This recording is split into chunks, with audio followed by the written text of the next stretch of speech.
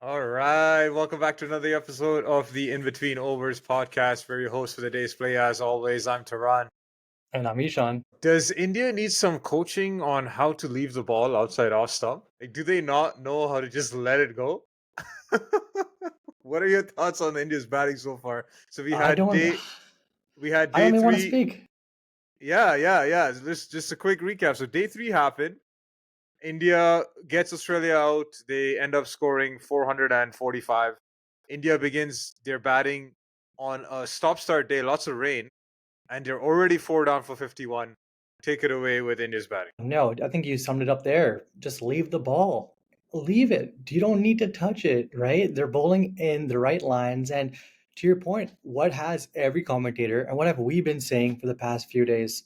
A little bit fuller, right? That's all that Australia did. They pitched it up, waiting for the Indian batsman to drive, and there you go, right? And you saw that even with Jaiswal on the first ball, reaching for the ball, and he got edged, right? So why attack? And I don't, we'll talk about every other batsman as well, but it just seemed like it was the same issues for India. And I think the only silver lining is KL Rahul. I think his technique was incredible. And to your point, stop start day, you saw his frustration as well. But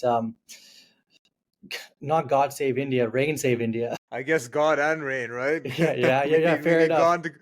God to create the rain. Yes. Fair enough. Fair enough. Yeah, it was a frustrating day from a cricket fans' perspective. Stop start didn't really get to see proper battle back and forth. However, India's batting was just super disappointing, as we said on the previous episode. Uh, we kind of expected Australia to be better with the ball just because they are used to these conditions, but I expected India to be more disciplined with the bat, knowing that the ball is going to do something. And it was just very disappointing to see the modes of dismissals. Out of the four wickets, you could argue punts was the only one that was a Jaffa, if you will, or a somewhat unplayable ball. He had to poke at it. There's an argument against that. He could have played inside the line more than he did and not tried to fish. Um, but the other three were that's unforgivable. Kohli's especially. That was on seven stump. What are you doing trying to chase that down when you know that you're the prize wicket and India's already two down by the time you come out? You're probably gonna have a stop start day. Just stay at the wicket and you probably make it to day four. No, Kohli's was definitely the most disappointing, especially the discourse surrounding his mode of dismissal. Just pitch it up, pitch it fifth, sixth stump, and he'll go for it. And it just works every single time. It seemed like that was the game plan for this entire series, and he bit again today. And yeah, I think in all of this, you kind of do miss a Pujara-esque player. You miss a player who is able to leave the balls and play balls at their merit. It just seemed like a lot of India's batting. I know maybe they're just caught up in the T20 aspect of positive cricket, going for the strokes. Goalie going for the stroke. Gill as well. A great catch off Mitch Marsh, but again, going for the slash. And unfortunately, with the bounces and the way the way that they're pitching it up, Australia have been catching all their chances. Yeah, you I think hit on something there with regards to how much of this is influenced by the T20 one day style of batting with, always trying to score runs. And yes, India have taken up a more assertive or aggressive style of batting. But I think we've shared this before, and there has been conversations about this all over the world where when it comes to batting in test match cricket, you don't have to try to score runs to be assertive and aggressive. You can defend with assertiveness and aggression, right? Be clear in your tactics in terms of how you defend the ball, defending with intent, letting the ball go with intent. That's not necessarily that you're being conservative, you're just being smart, in my opinion. You're letting There's a saying, you give the first couple hours to the bowlers, right? Exactly. Ride out the swing, ride out the seam, ride out whatever movement there is, and then you make hay. What has happened to that? What has happened to that way of batting that was prevalent in the 80s, 90s, the 2000s, and maybe even the early 2010s? And then you start seeing in the last 10 years where batters try to be this aggressive, you call it baseball, call it whatever you want. Just stick to old fashioned cricket. Like, I don't understand. You have the capability of making big scores. You just need to get through that 1 hour, 2 hour. What makes you think that's going to be there for the rest of the day, No, and right? hey, You like, look at your, yeah. Go ahead. I feel like I No, could no. So go on with my yeah, rant here. no, no. I just wanted to add to your point there, like to your point about the like, what is it? Perhaps it's just less attention span now with some of the players. Yeah. That's what it could be, and it's quite shocking if you compare it to India's last performance down south. Even with some of their newer players in the last series, Sundar and whatnot, they were taking their time. But it just seems like right now, I don't know if it was post the T20 World Cup or whatever it is, or just maybe that to your point, the culture of aggressive, positive cricket. It just seems like they're going for the strokes. But again, India need to realize, look at how Steve Smith batted this game. He took his time. He dug in. He literally dug in. And fortunately, it didn't seem like a lot of India's batters are willing to do that. Yeah, and again, now one will say Jaiswal, Rishabh Pant, that's their natural game. Attack the ball. Okay, fine. Shubman Gill, I don't think so. Virat Kohli, I don't think so. That's not your natural game. You can play the role where you take your time in the middle and put runs together over a period of time, just like KL Rahul has shown. He's playing the classical way. He's leaving the balls that he feels like he should leave, and he's going after the ones where he thinks he can score. Did he get a couple edges? Yes, but at least um he's being more selective over the balls that he's playing rather than trying to chase after every ball. Yeah, and to your point, it has worked for him. He has a strike rate of around 50%. He's played Which some is good. class shots. Which is good in test match cricket. You Exactly. don't need a Travis Head 95 strike rate. That's not the norm. 50 is fine. It's the norm. No, and some would argue 50 is still fast for test match cricket, right? Yeah. But that just goes to show that, if you rely on your technique, and KL Rahul's technique was beautiful, as you're mentioning, leaving balls on length, very patient as well. Um, that's what India just really needed. And I think what they really needed was at least one or two partnerships that can play that way. But unfortunately, just no one was willing to play like KL Rahul was doing. Well, let's see. Hopefully, Rohit Sharma puts together something with KL Rahul. This seems like it's India's last hope for putting up something reasonable on the board for the first innings. I don't think we're going to see much from the lower order. You may see something from Nitish Kumar Reddy, but we all know the law of averages catches up on you at some Oh, point. yes. He's been getting starts this whole series. Hey, does that turn into a big score? Who knows? But there's a possibility he may not make any runs either. Ravi Jadeja, he's an X factor because I don't know what to expect from him.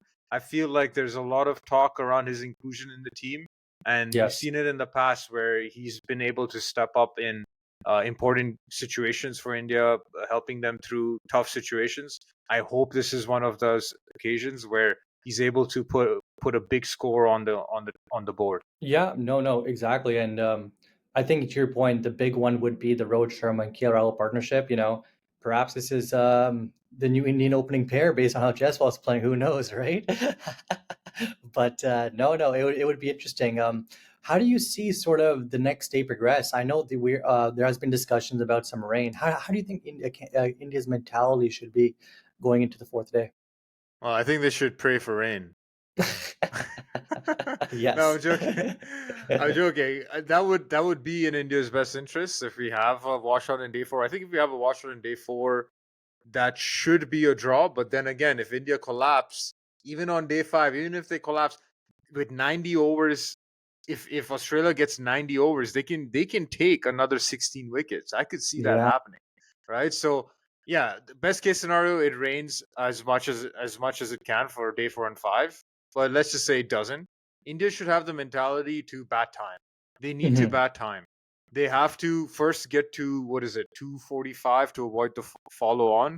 There's a possibility that Australia might enforce it if India end up Yes. less than 245, right? If they especially if the overs bowled aren't that high. So that's why I feel India need to bat time so that they can score, but more importantly, put mileage in the legs so that it reduces the possibility of a follow on. Because then, if you don't have a follow on and Australia bat again, that's more time that gets taken out of the game with Australia having to put up a score. And I would say Australia will be mindful of India's batting. They're not going to take it lightly. I feel like if this was any other team and they were batting, they may have, maybe the target they put is something subpar just because they feel the opposition is not as good with the bat. But I don't think Mhm. they're going to take that chance with India, because on any given day, any one of these batters can make hay, and they can win the game for India no matter what the score. You saw that in the last time India played at the Gabba, where I think Australia set a target of mid 300s, which Yep, was 340 or 350. Yep. considered a winning target. Everyone had Australia to win that match, and then you saw Rishabh Pant, the emergence of him, how he played that blinder of innings, not to forget some other batters, Shubman Gill, Pujara, Yeah, played yeah. well to help India chase a target and win the series. So they'll have that in the back of their mind. They'll know that this is still a phenomenal batting lineup, and they'll find their gear at some point. I just hope they find it sooner rather than. Yeah, no, and I could not agree more. Batting time is a big thing, and I wouldn't even mind if India, focuses on gardening, in terms of, walk down the pitch, fix a few Slow the over divots here, rate there, down. slow the over right out, change pads, ask for an arm guard, like, those tactics should come out, and we do have some experienced players who may pull those out.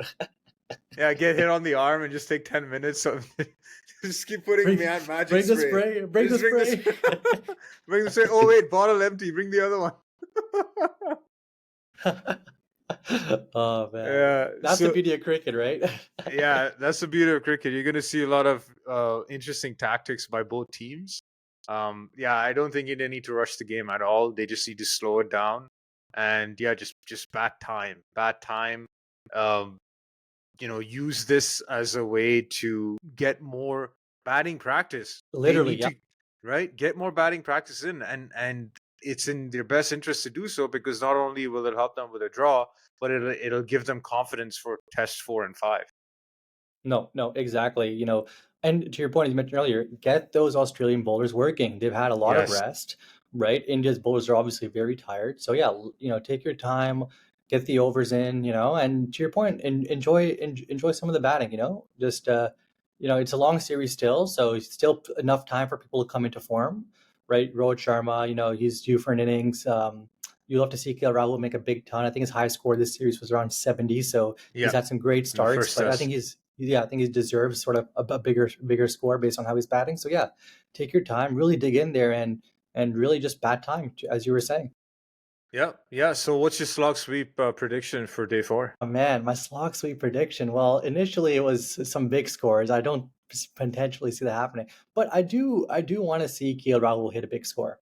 I think the way he was batting, he looked great, and even when it was raining, um, he looked frustrated because I think he just wanted to get out there and continue batting. So I do hope, cross my fingers, it's a Kiel Rahul triple digits tomorrow. Okay, okay, I like it. I would like to see KL Rahul with 100 for sure. Love that guy. He's a great batter, a great person as well. But I'm gonna stick with Rohit Sharma getting 100. I know Okay, Virat. yeah, I know yeah. I said my slog sweep was Virat and Rohit with 100. Virat's not getting there, but maybe we see one from Rohit. I feel like if he gets there, it'll put everything to bed in terms of the batting positions and all that. Then no one's gonna talk about him opening the batting for the rest of the series. I think no one's gonna talk about his form or anything like that. I think he needs to stand up here, and he has an opportunity to help India get a draw out of this game. Yeah, no, some big responsibility on captain's shoulders, but he's proven it time in time out again, and hopefully he can prove everyone wrong this time and really put up a good score. So I agree. I'll be really excited to see that. Yeah. Yeah, great place to end it. Short podcast. It was a short day, lots of rain. Hopefully we get more rain, and hopefully we see some more smart batting from India. Yes. Let's put it that way. So until then, that's it for today's play. That's Stumps. Don't forget to like and subscribe.